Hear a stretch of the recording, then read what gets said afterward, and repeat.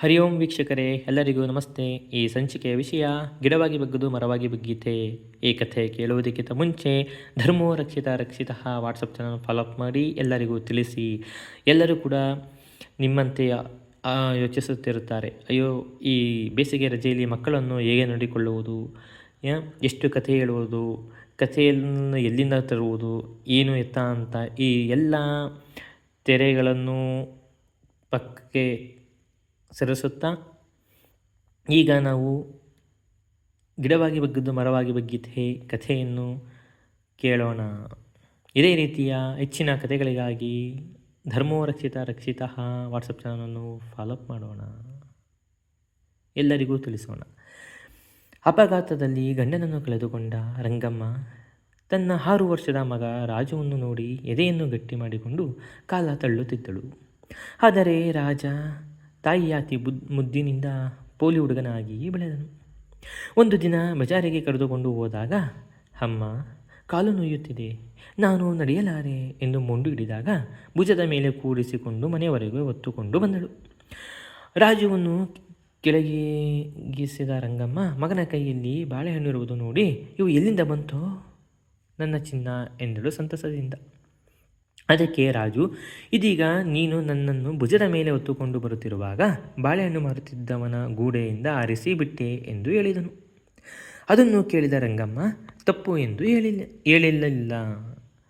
ಬಯಲಾಗಿ, ನನ್ನ ಬಂಗಾರ, ನನ್ನ ಮುದ್ದೆ, ನಿನ್ನಲ್ಲಿ ಅದೆಷ್ಟು ಚುರುಕುತನವಿದೆ, ಯಾರಿಗೂ ತಿಳಿಯದಂತೆ ಒಡೆದು ಬಿಟ್ಟಿಯಲ್ಲ ಮಗ ಎಂದು ಆನಂದದಿಂದ ಅವನನ್ನು ಅಪ್ಪಿ ಮುದ್ದಾಡಿದಳು. ಇಬ್ಬರು ಉಳಿದ ಹಣ್ಣುಗಳನ್ನು ತಿಂದರು. ಅದು ಮೊದಲು ರಾಜು ದಿನ ದಿನ ಪ್ರವರ್ಧಮಾನವಾಗಿ ಕಳ್ಳನಂತೆ ಬೆಳೆದು ಬಿಟ್ಟನು. ಒಂದು ಸಲ ಶ್ರೀಮಂತರೊಬ್ಬರ ಮನೆಯಲ್ಲಿ ಕಳ್ಳತನ ಮಾಡಲು ಹೋಗಿ ತಡೆಯಲು ಬಂದ ಆತನ ಮಗನನ್ನು ಕೊಂದು ಕಡೆಗೆ ಪೊಲೀಸರ ಕೈಗೆ ಸಿಕ್ಕಿ ಬಿದ್ದನು. ಆಗಾಗಲೇ ರಾಜುವಿನ ಮೇಲೆ ಎಷ್ಟು ಅಪರಾಧಗಳು ಇದ್ದುದರಿಂದ ಕೋರ್ಟಿನಲ್ಲಿ ಅದು ರುಜುವಾಗಿ ಜೀವನಾಗಾರ ಶಿಕ್ಷೆ ವಿಧಿಸಲಾಯಿತು.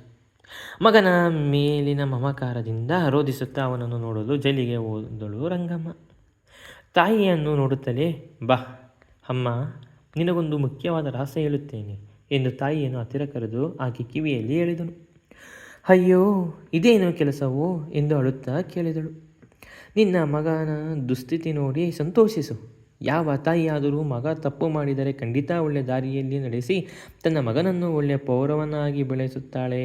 ಆದರೆ ನೀನು ನನಗೆ ಒಳ್ಳೆ ಬುದ್ಧಿ ಹೇಳದೆ ನಾನು ಮಾಡುವ ಪ್ರತಿ ಕೆಲಸವನ್ನು ಪ್ರೋತ್ಸಾಹಿಸಿ ನನ್ನನ್ನು ಅಪರಾಧಿಯನ್ನಾಗಿ ಮಾಡಿದೆ. ಅಸಲು ನೀನು ನನ್ನನ್ನು ಎತ್ತ ತಾಯಿನೇ? ಛೀ, ಯಾವ ಮಗನಿಗೂ ನಿನ್ನಂತಹ ತಾಯಿ ಇರಬಾರದು ಎಂದನು. ರಂಗಮ್ಮ ತನ್ನ ಬೆಳವಣಿಗೆಯಲ್ಲಿರುವ ಲೋಪಕ್ಕಾಗಿ ಅಳುತ್ತಾ ಮನೆಯ ದಾರಿ ಹಿಡಿದಳು. ಸ್ನೇಹಿತರೆ, ಅದಕ್ಕೆ ಹೇಳುವುದು, ಮಕ್ಕಳು ತಪ್ಪು ಮಾಡಿದಾಗ ಅದನ್ನು ಸಾಧ್ಯವಾದಷ್ಟು ತಿದ್ದಬೇಕು. ಹಾಗೂ ನಾವು ಕೂಡ ತಗ್ಗಿ ಬಗ್ಗಿ ನಡೆಯಬೇಕು.